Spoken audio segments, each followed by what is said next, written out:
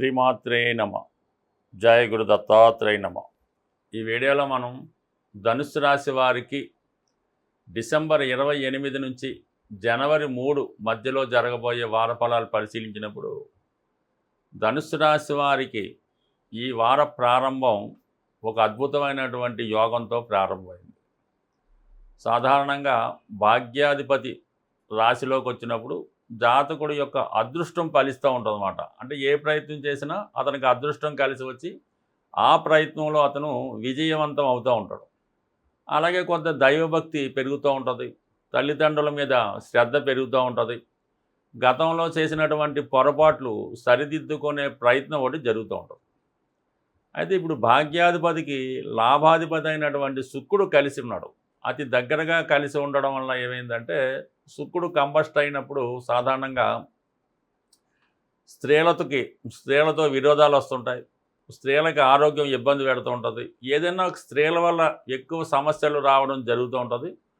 అలాగే ధనం వల్ల ఎక్కువ సమస్యలు రావడం జరుగుతూ ఉంటుంది అన్నమాట. అయితే ఈ సమయంలో మీరు ఏదైనా అధిక మొత్తంలో రుణ ప్రయత్నం లాంటిది ఏమైనా చేస్తుంటే ఆ ప్రయత్నం అన్నది మీకు ఫలిస్తుంది. లేదు మీరు మనసులో ఎవరైనా ఉండి వారితో పరిచయం పెంచుకోవాలి అనుకుంటే ఆ ఫలితం కూడా మీకు ఈ సమయంలో నెరవేరే అవకాశం ఉంది. అంటే ఒక కొత్త స్నేహితులు ఈ సమయంలో మీకు ఏర్పడడం జరుగుతుంది. అయితే వాళ్ళ వల్ల మీరు తీవ్రమైనటువంటి నష్టపోవడం జరుగుతూ ఉంటుంది అన్నమాట. మనకి ఏదో ఇష్టం ఉంది, ఏదో ఒక కారు కావాలనుకున్నాం, ఏదో ఇప్పుడు వస్తున్నటువంటి ఏ ఫార్చునరో ఏదో ఖరీదైన కారు కొన్నారనుకోండి, తర్వాత దానివల్ల ఇబ్బందులు ఎక్కువ అవుతూ ఉంటాయి అన్నమాట.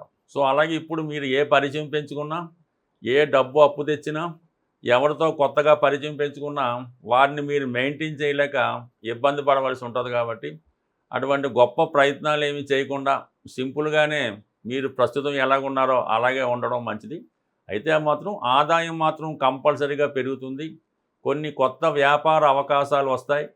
గతంలో మిమ్మల్ని మీరు వద్దనుకున్న వారే తిరిగి మీతో కలిసి ప్రయాణం చేద్దామని కానీ మీతో కలిసి ఏదైనా వ్యాపారం చేద్దామనే ఆలోచనలో ఉండడం జరుగుతుంటుంది. మీ పెరుగుతున్నటువంటి నేమ్ అండ్ ఫేము ఇతరులు కూడా ఉపయోగించుకొని వారు బాగుపడుతూ మిమ్మల్ని కూడా బాగు చేసే ప్రయత్నం చేయడం జరుగుతూ ఉంటుంది. దాంతోపాటు కుజుడు రాశిలో ప్రవేశించడం వల్ల నిర్ణయాలు చాలా తొందరగా తీసుకోవడం జరుగుతుంటుంది. అప్పటికప్పుడు నిర్ణయం తీసుకోవడం, దాన్ని అమలు చేయడం జరుగుతుంటుంది. దానివల్ల ఏదైనా కొన్ని పొరపాట్లు కానీ తర్వాత చింతించవలసి ఉంటుంది. కాబట్టి ఎవరికన్నా ఒక ప్రామిస్ చేసే ముందు, ఒక పని జరుగుతుందని చెప్పే ముందు అది నిజంగా అవుతుందా అవదా అని ఆలోచించి చెప్పాలి తప్ప మీకు మీరుగా ప్రామిస్ చేస్తే దాని తర్వాత మీరు మరింత ఇబ్బంది పడవలసి ఉంటుంది. కాబట్టి ఏదైనా జాగ్రత్తగా ఆలోచించి నిర్ణయం తీసుకోండి. కానీ మీరు ఇది చేద్దాం అనుకుంటే కంపల్సరీగా అవుతుంది. కాబట్టి అందువల్ల ఏంటంటే ఆ ప్రయత్నం అన్నది మీరు చేయండి. అది మీ కొరకన్నా అవుతుంది. ఈ ధనుసు రాశి వారికి ఎలా ఉండదంటే వారు సొంత ప్రయత్నం కన్నా వారు ఇతరుల కోసం ప్రయత్నం చేసినప్పుడు ఆ ప్రయత్నం తొందరగా సక్సెస్ అవుతుంది. అంటే ఒకరికి ఏదైనా ఇల్లు కొనిపెట్టాలి, ఒకరికి ఉద్యోగం ఇప్పించాలంటే మీరు ఎంబటినే దాన్ని చేయగలరు. అదే మీరు ఉద్యోగం ఎత్తుక్కోవాలి, లేదంటే మీరు ఒక గృహం ఇల్లు కట్టుకోవాలి, లేదంటే ఇంట్లోకి మారాలంటే మాత్రం చాలా డిలే అయ్యే అవకాశాలు ఉన్నాయి. కాబట్టి చాలా వరకు ఆలోచించి ఖచ్చితంగా ఈ విజయాన్ని ఇలాగే కొనసాగించండి. మీరు నిజాయితీగా ఉన్నంతకాలం, స్ట్రైట్ ఫార్వర్డ్గా ఉన్నంతకాలం ఎటువంటి ఇబ్బంది రాదు, ఎటువంటి సమస్య కూడా రాదు.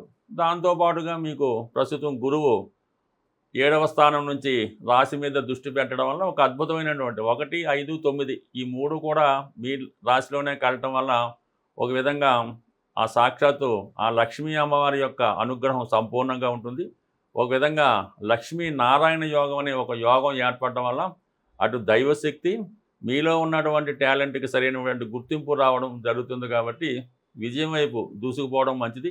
ఏదైనా కొన్ని కొత్త ఆదాయ వనరులు రావడం జరుగుతుంది. అలాగే మీ యొక్క వ్యాపార అభివృద్ధికి కొంత ఇన్వెస్ట్మెంట్ కూడా ఈ సమయంలో చేయడం జరుగుతూ ఉంటుంది. అంటే దశమాధిపతి వ్యయంలో ఉన్నప్పుడు వ్యాపారాన్ని ఒక చోట నుంచి ఇంకో చోటకి విస్తరించడం, కొత్త బ్రాంచీ పెట్టడం, ఉన్న ప్రదేశాన్ని, ఉన్న సంస్థని, ఉన్న వ్యాపారాన్ని మరింత పెట్టుబడి పెట్టి దాన్ని అందంగా తీర్చిదిద్దడం లాంటి కార్యక్రమాలు ఈ సమయంలో మీకు రావడం జరుగుతూ ఉంటుంది. అలాగే కొత్త ఖాతాదారులు, అంటే 3లో రాహు ఉన్నప్పుడు గతంలో కన్నా బాగా పేరు పొందినటువంటి వారు, పారిశ్రామికవేత్తలు, ఈ సినిమా ఇండస్ట్రీకి సంబంధించిన వాళ్ళు, సాఫ్ట్వేర్ వాళ్ళు ఎక్కువగా మీకు కస్టమర్లుగా, ఖాతాదారులుగా ఏర్పడడం జరుగుతూ ఉంటుంది. ఇవన్నీ ఉన్నప్పటికీ కూడా అర్ధాష్టమ శని ప్రభావం వల్ల చివరికి మనసుకి కూడా కొద్ది కష్టం కలిగే అవకాశం ఉంది కాబట్టి బట్ ఏదైనా ఒక ప్రయత్నం ఎంతగా ఉన్నా ఎదుటివారి యొక్క దృష్టిలో పడకుండా జాగ్రత్తగా చేసుకోవడం మంచిది. బట్ ఏదైనా ఈ సమయంలో మీరు మిగతా దేవుళ్ళతో పాటు శని భగవాన్ని కూడా సంపూర్ణంగా పూజించడం వల్ల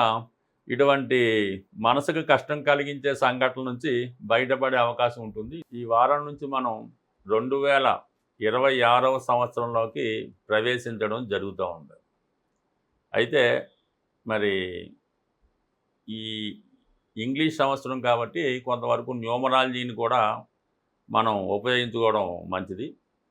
2026లో కేవలం 26 మాత్రమే తీసుకోవడం జరుగుతూ ఉంటుంది. 2000 కంటిన్యూ అవుతుంటుంది కదా. 26 అన్నప్పుడు సంఖ్య 8 అయింది. అంటే శని యొక్క ప్రభావం ఈ సంవత్సరం ఎక్కువగా ఉంటుందన్నమాట. అందువల్ల అంటే పారిశ్రామిక రంగం వారికి, శ్రామికులకి, కార్మికులకి చాలా అనుకూలమైనటువంటి పరిస్థితులు ఏర్పడుతుంటాయి. అంటే 8 కూడా ఏ విధంగా ఏర్పడింది? 2, 6 అంటే రెండో సంఖ్య చంద్రుడు కాబట్టి కామన్గా కొంతకాలంగా ఒక 25 సంవత్సరాలుగా స్త్రీల యొక్క హవా కొనసాగుతూ ఉంది. ఎప్పుడైతే 2000 స్టార్ట్ అయిందో అక్కడ నుంచి స్త్రీలదే ఆధిపత్యం వహిస్తున్నారు. 2020 నుంచి అది మరీ ఇంకా ఎక్కువ అవడం వల్ల ఈ పెళ్ళిళ్ళ విషయంలో అన్ని విషయంలో పాపం ప్రస్తుతం స్త్రీలకే ఆధిపత్యం రావడం జరిగింది. ఇంకా ఈ సంవత్సరం కూడా స్త్రీలదే పైచేయిగా ఉండడం జరుగుతూ ఉంటుంది. అలాగే 6వ సంఖ్య 26 కాబట్టి 6 శుక్రుడు సంబంధించింది కాబట్టి సాధారణంగా ఈ వాహనాలు, కార్లు, గోల్డ్, ఇమిటేషన్ ఆర్టికల్స్, ఖరీదైన వస్తువులకి ఎక్కువ ప్రభావం ఉంటుంది. అది ఎక్కువ అమ్మకాలు అవి రావడం వల్ల అంటే ఎక్కువ లగ్జరీ ఐటమ్స్, ఈ గోల్డ్ ఐటమ్స్, అలాగే వాహనాలు ఇవి రేట్లు అవి పెరుగుతుంటే ప్రజలు కూడా ఎక్కువ లగ్జరీ ఐటమ్స్ కొంటూ ధనాన్ని కూడా ఎక్కువ ఖర్చు పెట్టడం జరుగుతూ ఉంటుంది. ఎస్పెషల్లీ 2026వ సంవత్సరంలో సినిమా పరిశ్రమ అన్నది చాలా అభివృద్ధికరంగా ఉంటుంది. చాలా వరకు వాళ్ళు మళ్ళీ తిరిగి పూర్వవైభవాన్ని పుంజుకోవడం జరుగుతూ ఉంటుంది. దాంతోపాటు టీవీ మీడియా కూడా అనుకూలంగా ఉండడం జరుగుతూ ఉంది కాబట్టి అయితే ప్రజలు ధన విషయంలో కొంత జాగ్రత్త పడవలసి ఉంటుంది. అధికమైనటువంటి ధన వ్యయం వల్ల చాలా వరకు ఫైనాన్స్ డెఫిసిట్లో పడుతూ ఉంటారు. దానివల్ల ఏంటంటే ప్రతి ఒక్కరూ కూడా ఈ 2026 సంవత్సరంలో ముందుగా ఏంటంటే శని భగవానుడిని పూజించుకోవాల్సి ఉంటుంది. దాని కొరకు ఏంటంటే ప్రతి శనివారం వ్రతం కానీ, శనివారం నియమంగా ఉండడం కానీ, మన పూర్వకాలం నుంచి చేసిన శనివారం ఒక పూట ఉండడం, ఆ రోజు నియమంగా ఉండడం, ఈ శనివారం చేసుకొని హనుమాన్ చాలీసా కానీ, విష్ణు సహస్రనామం కానీ ఏదో ఒకటి భగవన్నామ స్మరణ చేసుకోవడం వల్ల మనకి శని భగవానుడు అనుగ్రహిస్తుంటాడు. ముఖ్యంగా ఏంటంటే ఎటువంటి బలహీనతలు లేకుండా నిజాయితీగా సింపుల్ లైఫ్ కోరుకుంటే మాత్రం సింపుల్గా ఎవరైతే జీవిస్తారో వాళ్ళ లైఫ్ బ్రహ్మాండంగా ఉంటుంది. ఇక మామూలుగా శుక్ర భగవానుడు కూడా కాబట్టి లక్ష్మీ అనుగ్రహం కోసం కనకధార స్తోత్రం, ఈ చంద్రుడు కాబట్టి అంటే టోటల్గా మనం ఏంటంటే మీకు నెలకు ఒక్కసారైనా ప్రత్యేకంగా ఒకరోజు విష్ణు సహస్రనామం, లక్ష్మీ స్తోత్రం 2 కలిపే పుస్తకంలో ఉంటాయి. ఎవరైతే శ్రద్ధగా పారాయణ చేస్తారో వాళ్ళకి కంప్లీట్గా అన్ని సమస్యల నుంచి బయటపడడం జరుగుతూ ఉంటుంది. దాని తర్వాత ఏంటి వెరీ సింపుల్ రెమెడీ, ఇంకేం కష్టపడక్కర్లేదు. ఆంజనేయ స్వామి ఈ యుగంలో ఆంజనేయ స్వామి ఇచ్చినంత స్పీడ్గా ఎవరు కూడా వరం ఇవ్వరు.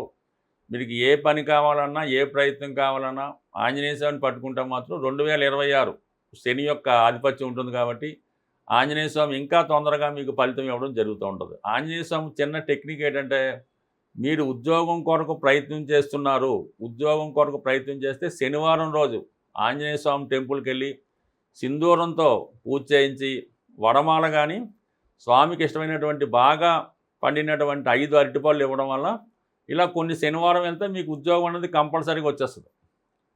ఈ ఉద్యోగం కాకుండా వివాహం అవటం లేదు, వివాహపరంగా సమస్యలు ఉన్నాయి, రుణ బాధలు ఉన్నాయి, అన్నదమ్ముల మధ్య ప్రాబ్లమ్స్ ఉన్నాయి, స్థిరాస్తి గొడవలు ఉన్నాయి, ఏ ఇతర జటిలమైన సమస్య అయినా మంగళవారం రోజు తమలపాకులతో మీరు స్వామికి పూజించడం వల్ల కంప్లీట్గా మీ యొక్క ప్రతి ఒక్క కోరిక నెరవేరడం. అంటే స్వామికి తమలపాకులతో పూజ అంటే తమలపాకులు ఇచ్చి మనం ఒకరికి ఒక పని అప్పచెప్తూ ఉంటాం. ఏదైనా మనం కొత్తగా ఇల్లు కట్టినా ఒక మేస్త్రికి ఎలాగైతే తాంబూలం ఇచ్చి పని అప్పచెప్తుంటామో ఈ విధంగా ఆంజనేయ స్వామి వారికి తమలపాకులతో పూజ చేయడం వల్ల మీ యొక్క పని అతి శీఘ్రంగా జరుగుతూ ఉంటుంది. అయితే ఏంటంటే ఒక పెద్ద మొత్తంలో అంటే మనకి చిన్న పని అనుకోండి ఒక 41 తమలపాకులు, కొద్ది పెద్ద అనుకోండి 108 తమలపాకులు, లేదు కొద్ది జటిలమైన పని ఒక 1000 తమలపాకులు, అంటే 1108 తమలపాకులతో మీరు ఆంజనేయ స్వామికి పూజ చేయగలిగితే ఈ పని అవ్వదు అని మాత్రం ఖచ్చితంగా ఉండదు. అందువల్ల కంపల్సరీగా మీరు